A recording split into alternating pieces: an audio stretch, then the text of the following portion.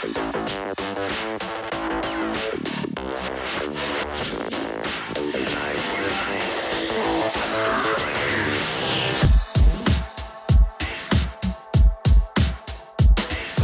this gentleman's got lovely hair.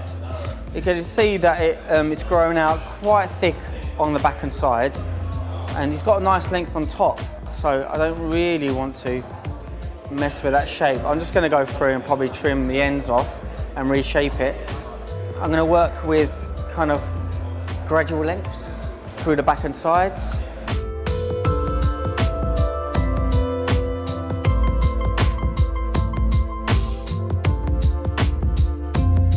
We're going to create a square shape for both sides, leaving the back longer, but again, creating a square shape and a square shape here. So we'll have two corners in the back here. I'm going to start on the right side, as I like to. Knuckles to the skin, point the fingers out and downwards. Not over directing, just bringing the length straight out towards me. Might do an undercut at the bottom and taper it in. I might do. I want to see how it looks when I dry it off. With fades, the machine does a lot of the work. With scissor work, you can combine your scissor work that takes a lot more technical ability to create shapes. Hopefully that scissor cuts are going to come back in. It really depends, you know who the next trendsetter is, which celebrity is going to come out with longer hair. Well, back in the 90s, a lot of the bands influenced the haircuts. A lot of the rock and roll bands, you don't get that so much anymore now. It gives barbers tougher times because they have to use the scissors, which they're maybe not too used to, because a lot of the guys, they want shorter hair, so they're just trained in short haircuts using the clippers. All right, moving on to the other side.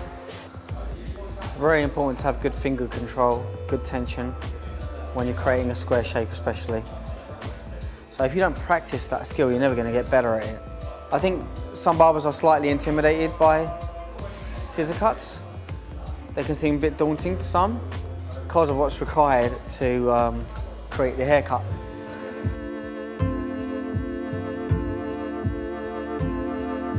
Cutting the back square is particularly unheard of because it's really hard to create a shape that is equal. It's easy to create that shape, but to create that shape is much harder. The standard of barbering has risen considerably. Thanks to institutions like our own that are pushing the boundaries and upping the standards. We don't just believe that you should be able to use a clipper to be a barber. We believe that you should be able to use all tools. We have completed the back and sides.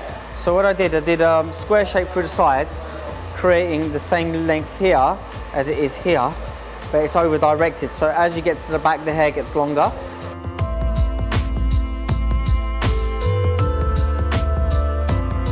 So now we can move on to the top.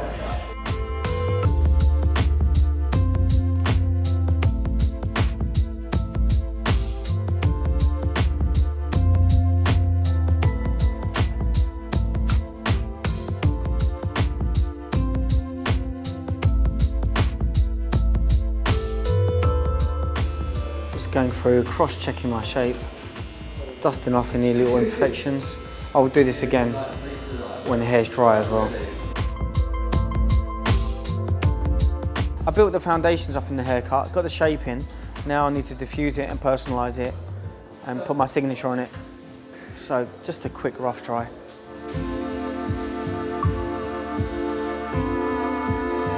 I'm going to go through now and I'm going to do a little bit of trimming, a bit of sculpting and really define my shape. There's nothing that stops you from doing a hard outline or a soft outline. On this haircut, because we're doing something creative, I'm going to do a mixture of both. And both can look good, either or can look good, depending on the gentleman and his style. But generally, hand in hand, I usually do softer outlines for scissor cuts, complements the rawness of the haircut.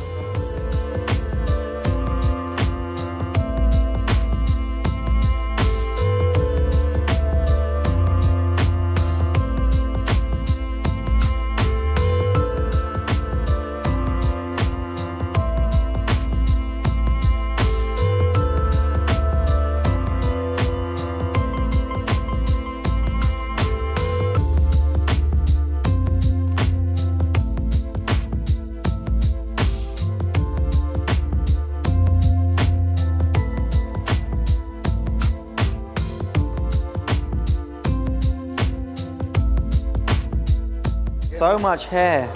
I've never seen it in my life. It just keeps on growing as you cut it.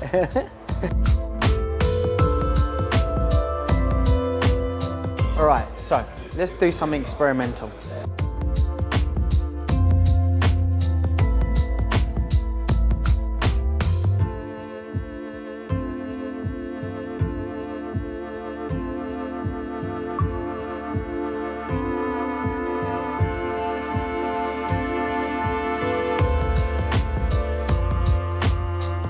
Don't try this at home.